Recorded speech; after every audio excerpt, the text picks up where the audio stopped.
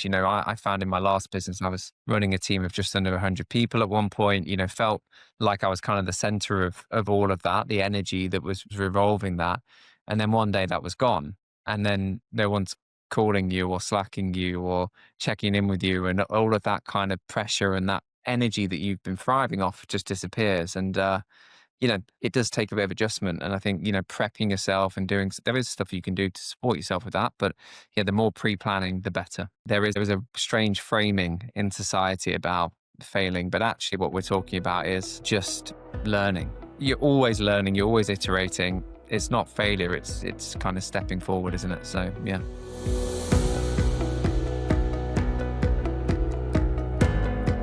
Hello and welcome back to Startups Decoded. Today we're looking at building, scaling and exiting a business, but what happens next and how you take those lessons and apply it to create a new business. And to help me unpack, today I've got Luke Tobin. Luke, welcome to the show. Andy, thanks for having me. We've literally connected for the first time today, and I love jumping on to these conversations and feeling like you're two peas in a pod. We've trodden very similar paths as far as our experience in building an agency, bootstrapping, and then scaling that, but also what you now do in helping other people do the same. Can you just give us a little bit of context on yourself as far as your background, where you came from, and then we'll start to explore a bit deeper on what you're doing today? Yeah, of course. So I've been in this crazy thing we call entrepreneurship for about 20 something years, 22 years. I've had three kind of separate lives. So three exits. One was in hospitality, then later in e-commerce. And then I've spent the last 10, 12 years in and around the agency world. So first of all, working within creative led businesses and then later forming my own. I built a full service marketing agency up over 6 years. At one point was the fastest growing agency in the UK, expanded into Toronto and into Germany, and then later sold that in a 8-figure deal. It's fascinating. When you went through university, did you think that entrepreneurship was a career or was it something that other people did? I'm always love to understand about that leap of faith versus was it completely naive? You just had self-confidence to move forward and have a go. I mean, I was definitely naive, but first and foremost, I didn't go to uni. So I left home at 16 and went to college, went to a drama college, enjoyed it, realized it wasn't for me, jumping around on stage and whatever, as much as I enjoyed it whilst I was a bit younger, wasn't where I wanted to be.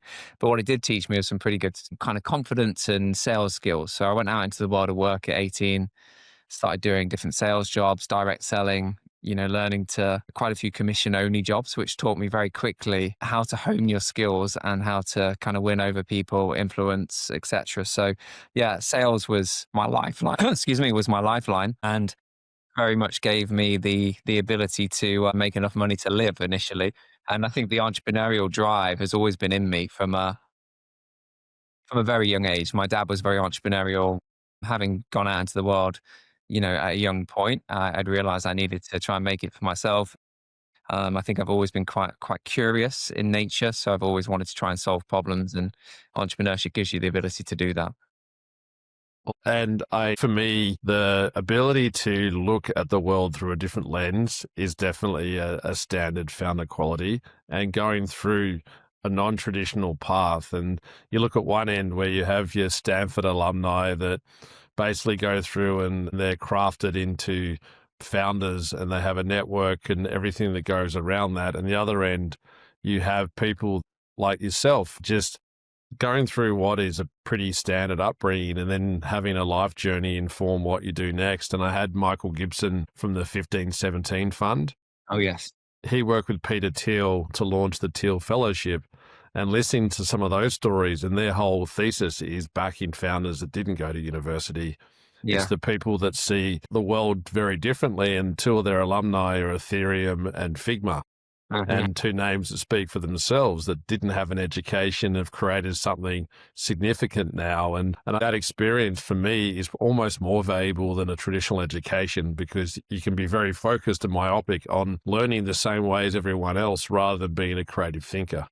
Absolutely. I mean, you've only got to think about some of the most famous entrepreneurs of our, generation, our era, Richard Branson, etc. All of them, skipped, well, a lot of them skipped university. And you're right, there is a tried and tested route now through Stanford and Harvard and whatever, which does produce excellent business founders. But I think, yeah, there's certainly a place for going your own way and going your own way and making, making the mistakes. What I would say is those early years of entrepreneurship, my first business was a import business, importing wines and selling them to trade. I was also had a bar hire business on the side of that where we were doing all the major festivals in the UK, did a few in Europe as well. And it was amazing. We were winning these contracts with pretty much no background or history, just a bit of sales nous. And, we managed to get into some amazing concerts. But I made so many mistakes from not stocking correctly, not staffing correctly, not but that kind of learning journey was what I needed. It's the way that I prefer to learn. And actually, had I gone to university and tried to do a business course to teach me all of that, I feel like I would have had to go out and have those mistakes anyway. So I would have been 3 years behind where I was in many ways. So yeah, it worked well for me, and I'm sure for a lot of others as well. I need to do an episode on the word failure. I have a real issue with the word fail and failure in the Mm. sense of how it's used in startups, the whole notion of fail fast. For me, it sets the wrong tone that I repeat a lot is around thinking like a scientist, which is the hypothesis focused on here's what I want to do. Here are some options. I'm choosing option B. You go forward and it works or it doesn't work and you learn and then you keep going again, right? Failure feels finite. And it sounds like for you, you learned some tough lessons, but obviously by your success, what you did was take those lessons, put it back into a system that you then evolved and adapted over time to be better next time round. And you have to be pretty pragmatic and thick skinned to be able to be in the trenches and navigate those really intense, emotional and stressful situations. But if you don't look at it as a lesson, then you're perpetually going to be stressed and you're going to be really hard on yourself. Absolutely. I think that would be a really good episode to do, by the way. And you're right, there is a strange framing in society about failing, but actually what we're talking about is just learning. It's all learning. When I look back on some of those experiences now, even experiences I'm having in my current business as well, where we're making mistakes on the daily and we're still figuring things out and we're thinking about what does our ideal customer look like. And I had two pitches earlier this week on Monday, which I wasn't happy with. And I thought I've fumbled them, I've ruined them. So you're always learning, you're always iterating. It's not failure, it's kind of stepping forward, isn't it? So yeah. And people are more human than we give them credit for. And what I mean is, like, say, in a pitch situation, if you're fundraising, you treat a VC like it's the hand of God, so to speak, as far as if you don't do a perfect job and close this money, that life's over in its current form. And it's easy to get caught up in that. But if you step outside and think about that person, they have LPs that are on their backs to make money for them. They have their own pressure and process and changes that they're going through. And trying to build a human relationship ultimately is what you're doing. If you can build trust, and you can build openness and vulnerability, then things will go wrong, sure. And you've got 22 years and you're openly talking about mistakes you're still making. But for me, they're the important lessons that you put back into the system and learn and get better next time with. And everybody has those periods of self-doubt, right? And there's different forms of self-doubt, different ways that you kind of second guess yourself. And I think on those types of calls where there is a strange dynamic of almost like a power shift where the VC or the investor comes in and they're like, well, I've got something you want, so you need to work really, really hard. The irony is if you go into that and you level that playing field, bring that equilibrium in as quickly as possible by being bullish, being confident, you actually get more interest from that investor anyway. So there is yeah, it's about flipping the script quite often on these things and trying to ground yourself before going into those calls because actually they're looking for confidence. They're looking for people that can take this business all the way. And that's not going to happen if you go in saying, please, sir, can I have some more? It's the line that I assume that they're used to hearing consistently from people that they're either desperate for real or they just feel like that the power balance is against them. So they go in and like a beaten dog in a way and don't have the confidence that they typically would have. Definitely. Yeah, definitely. It's all about framing. I'm in Yeah. the process of writing a book at the moment with Pam McMillan, actually, and it's about framing in high pressure situations. And a lot of it is really looking at kind of like how we leveraged out in a way that is not the archetypal way of doing it, which is, letting it compress us, letting it get on top of us. It's about reframing the situation and visualizing the outcome before you go into it. So good. Look forward to that one. When's that due to come out? It'll be on the bookshelves 2027. I'm in the process of finishing the manuscript at the moment. And then I never realized this till you get into this kind of strange publisher world, but everything's like a year lead time at least. So they start selling the books for 27 in June 26. So, it's kind of like always at least a year out, 18 months out. But yeah, it's exciting. I'm enjoying writing it. It's really good. Yeah, I'm in the process myself, and it's much more work than I ever anticipated. And trying to find the right headspace and time to do it and do a good job of it is a whole thing in itself. Yeah, it is. Yeah, it is. It's a full-time job on top of the full-time jobs. Yeah. 100%. Well, when that comes out in 2027, let's book in an episode so we can talk about the book and give people some insights as what to expect. But we're not here to talk about the book today. I would love to go back to the systems. And for you, when you started a business, let's start with this question. I'm always fascinated with people's future planning. When you started your first business, did you think it would be something that you would sell? Or were you doing it because you wanted to do something, you needed to earn money? What was the first step into that for you? I definitely didn't think I would sell it. I mean, this whole world of like exiting businesses was kind of a bit alien to me then. And yeah, had absolutely no idea about the exit. All I was focusing on was the revenue generation more than anything else and like trying to, make profit day to day, week to week. So no, it was a very different perspective to what I have now. So, these days when I evaluate or decide what I'm going to focus on, it always has an exit route or an exit plan. But back then I would be lying if I said I did. I was winging it like I think most young entrepreneurs are early on. But, from a understanding that now and being able to reflect, it's really easy to dissect what worked, what didn't work, and put that into a framework, into a methodology that I know helps to stack for exit readiness. So all of those kind of trials have helped lead to what I now use as a method. Yeah. Let's talk about that a little more. Can you talk us through what are the type of things that you would encourage others to do and what you look at for yourself in being exit ready if that's the path you want to choose? Yeah, I think one of the very first things, if we're talking like pre-startup stage, is figure out who your potential buyer could be for what the thing is, the product, the service, the whatever it is you're trying to do. If it's a tried and tested product or service that's been on the market before, there's competitors for, which most of the time there is these days, let's be honest, you can benchmark and you can try and look at what buyers could be and how then to make it attractive to them. One thing I've been doing quite prolifically in my current business is going out and talking to private equity because they will be potentially the buyers, or certainly I hope so, of my current business. And I spent time before I even launched, in rooms with them, paid for their time, sat and digested and said, look, how do I stack this thing in a way that would be attractive to you and why? And then you reverse engineer backwards. But, if you can't do that and you're already in a business, one of the best things you can do is start thinking about, okay, if I was going out to market today to buy my business or buy a similar lookalike business, what would de-risk it for me? What would make me feel comfortable? And normally, if you're astute enough, it's a good place to start. So, like, you need to make sure you're not the only person doing everything because there needs to be succession planning. You need to make sure you've got all of your accounts in good order. You're making profit. You're doing all of these, some stuff that you would expect a savvy business person would just want as basics is a pretty good place to start. And then from there, you can start to stack on. But I mean, we could do hours just based on that one topic.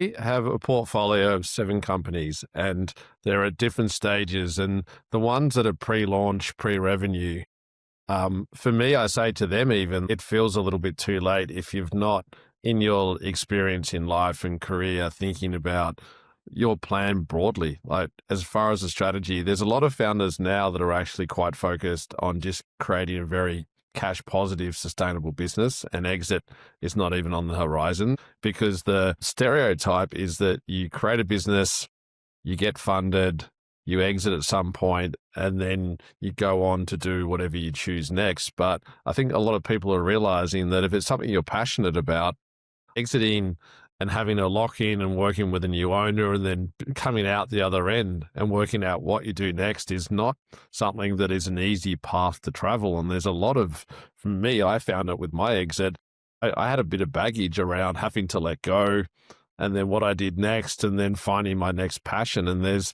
more that goes behind it. So from day one, even day -1, I'll call it, thinking about who you are, what you want to do in the future is very important to making some of those decisions for when you do start. 100%. I think it's something that we're all charging towards a financial outcome typically and some sort of, level up, life leveler. And we sometimes forget the emotional and the kind of spiritual piece that goes with all of that because there is a huge shift and a huge change. I found in my last business, I was running a team of just under 100 people at one point, felt like I was kind of the center of all of that, the energy that was revolving that. And then one day that was gone. And then no one's calling you or slacking you or checking in with you. And all of that kind of pressure and that energy that you've been thriving off just disappears. And, it does take a bit of adjustment. And I think, prepping yourself and there is stuff you can do to support yourself with that. But yeah, the more pre planning, the better. I have a standard question that I ask a lot of people who are particularly on the VC side about folks I've known that have had big exits and what they're doing now.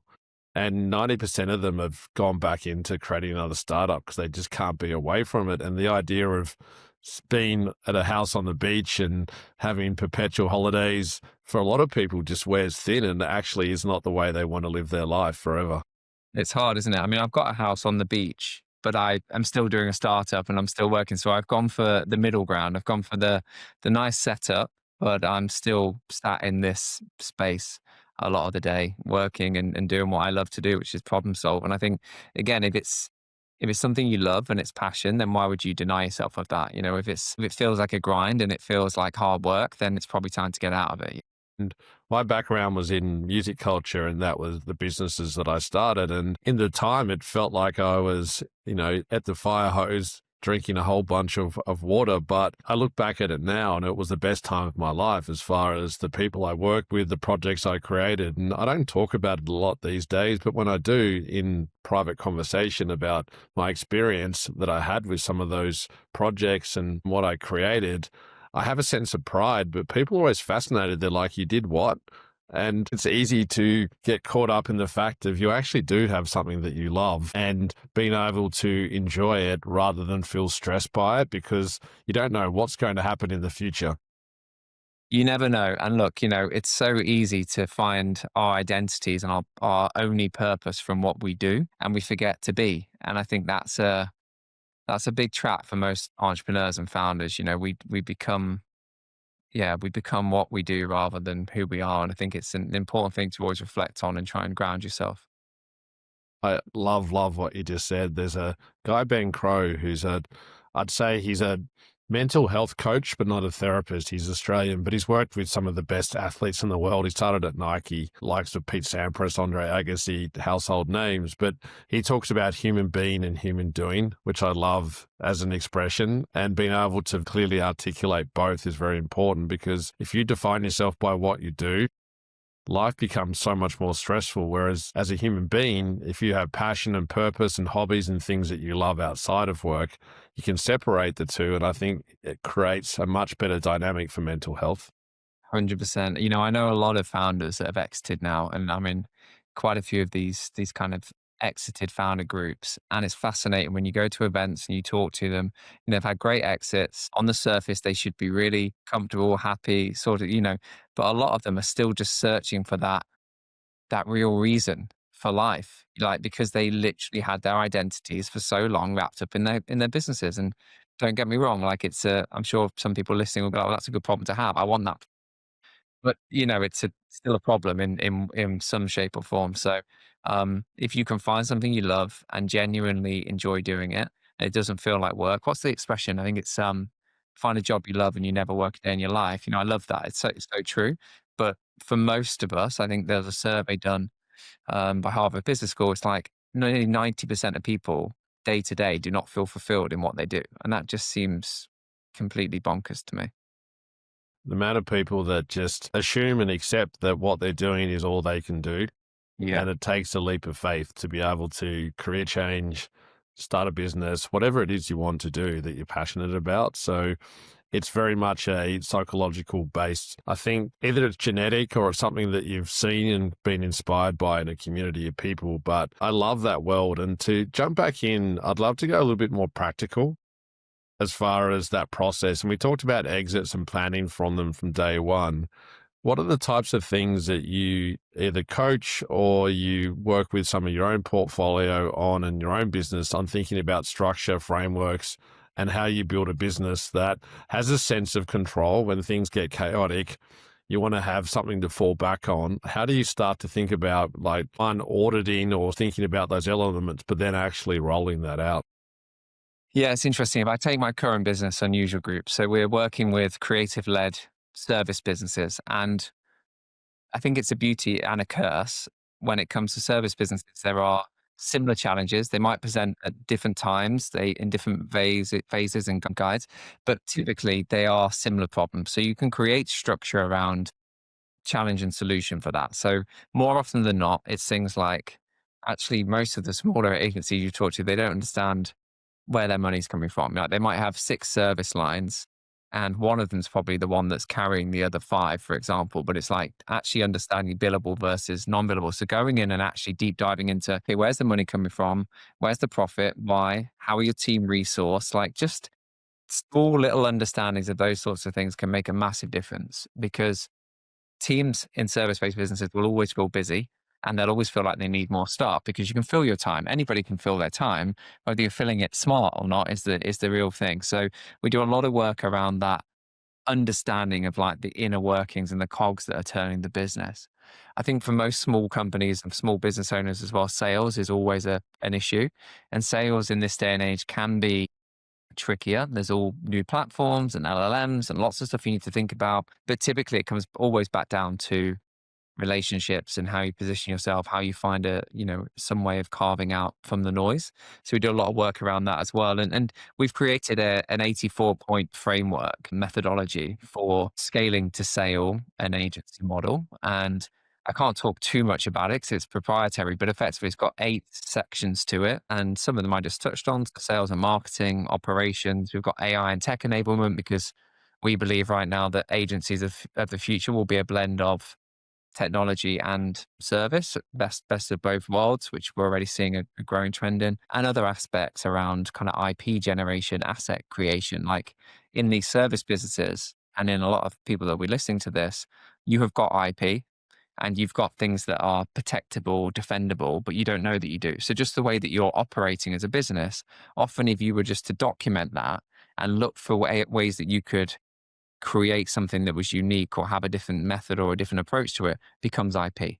And people don't think like that. And that actually has innate value when it comes to exit. So we do a lot of that stacking and a lot of those workshops to really unearth all of those different value multipliers. And everything we're working on is always like, how do we identify these issues or opportunities, explore them and grow them together so that we can add additional value later for exit?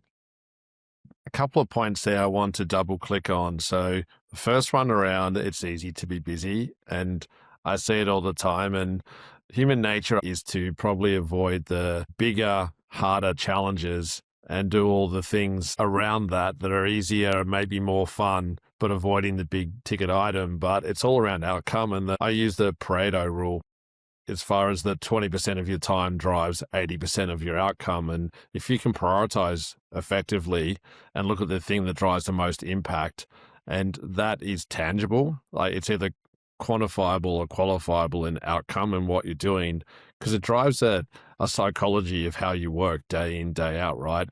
It allows you to think about what you do, the outcome of that, testing, learning, growing, and being really effective with your time. Because in a service-based business, to your point, you're at the hands of the person that you're dealing with as a client quite often, depending on if they're happy, they're angry, deadlines, they have external things that are dictating what they do. And you need to sort of fall in line around that. So it's a real balancing act, but being able to be forthright is one skill, but actually be effective is really important. Is massive. And also I think I see a lot in startups where they are not very good at channeling into swim lanes the resources that they have. So there's a lot of overlap and a lot of doubling up on tasks, a lot of people involved in similar conversations, a lot of duplication of work. Whereas actually, just thinking about streamlining and in a small business, when you're trying to get going, your people are so critical. And actually, if you're flooding people with the same topics, it's not always the smartest thing to do. So, really thinking about swim lanes, focuses, clear accountability makes a massive difference as well. And the second part there you talked about is around IP. And IP today is really important. And there's a combination of human intelligence and earned and learned skills, but also AI, fusing those together. But for a service based business, it's even more important, which is the point that you're making there, because you've got ways of working that are unique to you. And you see agencies pitch their own proprietary process. Sometimes it can just be a posture to be able to stand out and differentiate, but other times there actually are things that they're doing in a way that's unique. And I think that intersection of AI and human skills is something that's we're seeing come to life now, literally, of all in AI content, which is obvious still, versus human created content and the fusion of both and how that sticks and the effectiveness of that. But from a systems point of view, I'd love to understand in that tension that you have of systems versus automation and how you balance looking at and assessing where you use humans, where a tech stack can actually do a role. It's a great question. You know, there was a survey done recently, wasn't there? I think a lot of people would have seen it, where 95% of trying to add automation or AI into businesses at the moment is just completely falling over. It's wasted money. And I think a lot of that is people are going, oh, I've got a problem. I could just automate this, or I could just triage it and put a plaster on with AI. But that's not actually the way to do it. It needs to start first with like, actually, do I have a capability or human problem, and how can I fix that? And then where can we, with AI or technology, create efficiency? And I think at the moment, certainly, you know, from most businesses' perspectives, you should be adding it into places that increase margin. And the way that you do that is by getting more from your employees or your current resources. So, you know, can you take what used to be, you know, two people's job and now do it with one person's job? And how do you do that efficiently, even if it's like a 5 or 10% incremental gain in time makes a massive difference. You know, we've done simple things in some of the agencies we're working with, from putting in, you know, good AI um, email solutions, which basically draft responses, help read the responses, create like a database so you can go back in and search for that conversation. All this, I mean, we would have seen lots of these types of tools popping up, but that in itself will save 2 or 3 hours, and then you move on to, okay, well, how do I automate an individual department's process? Let's have a look at what the bottlenecks are at the moment.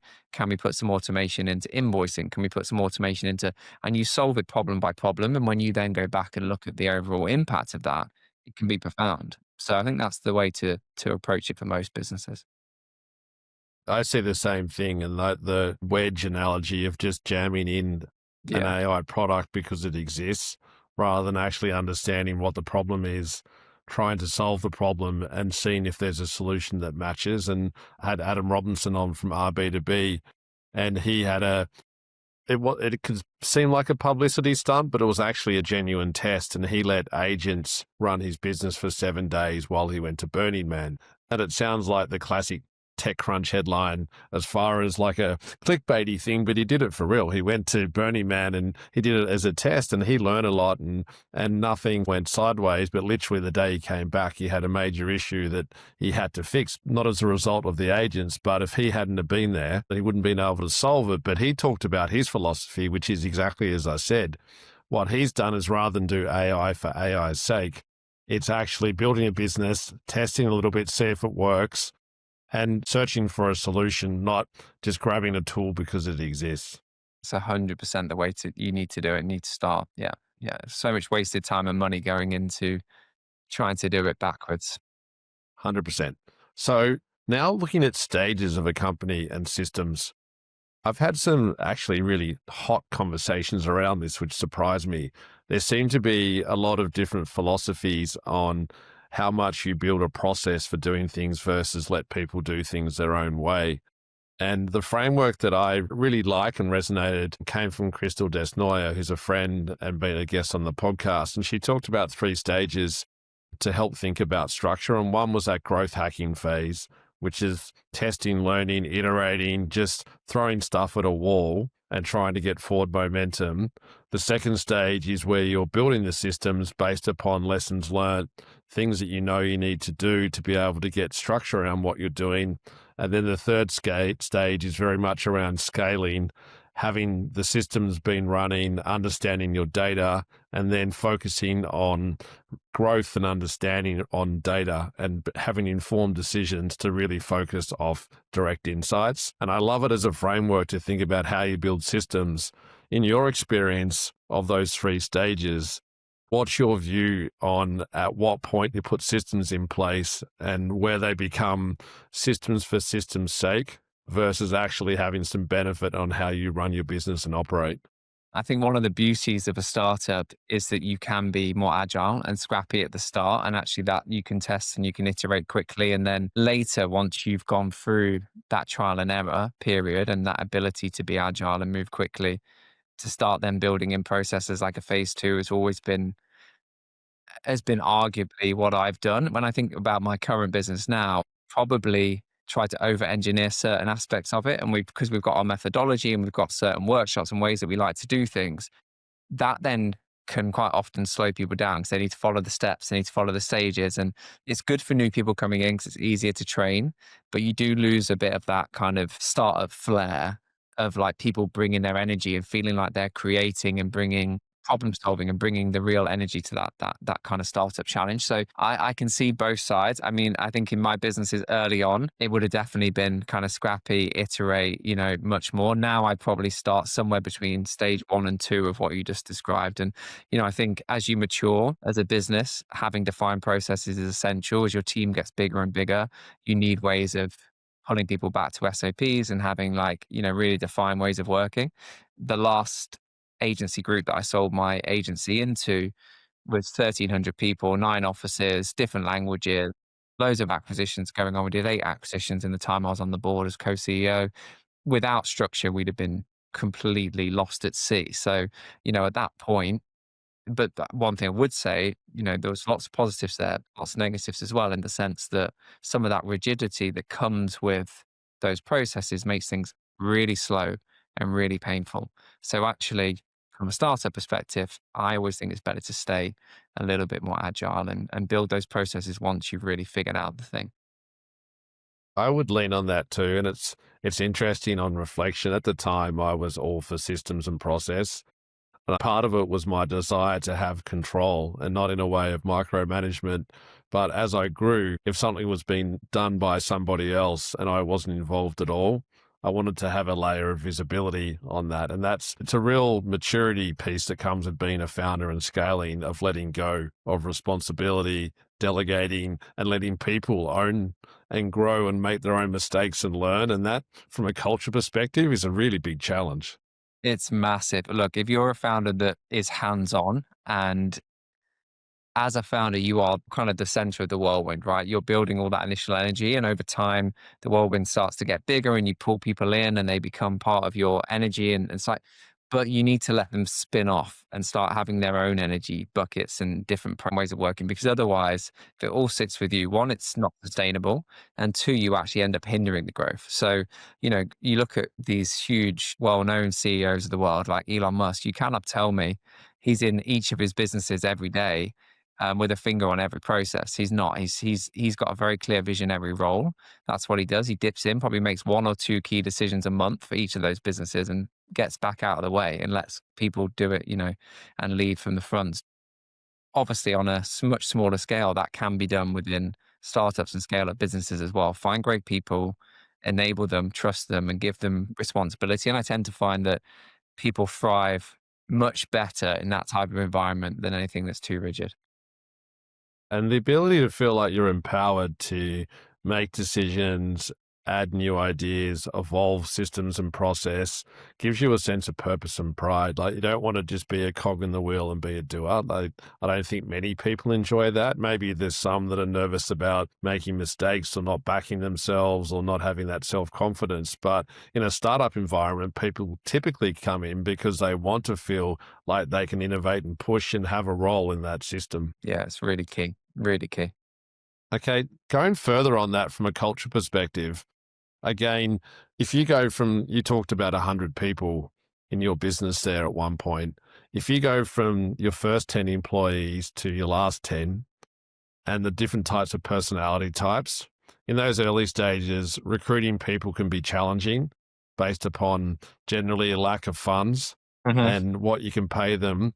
And then two, for some folks, there's a fear of joining a business that is so young, even though there may be opportunity and maybe there's shares involved, but there's still a risk inherent of jumping on board with that business. And that person at that stage is a very much one type of mindset of growth hacking.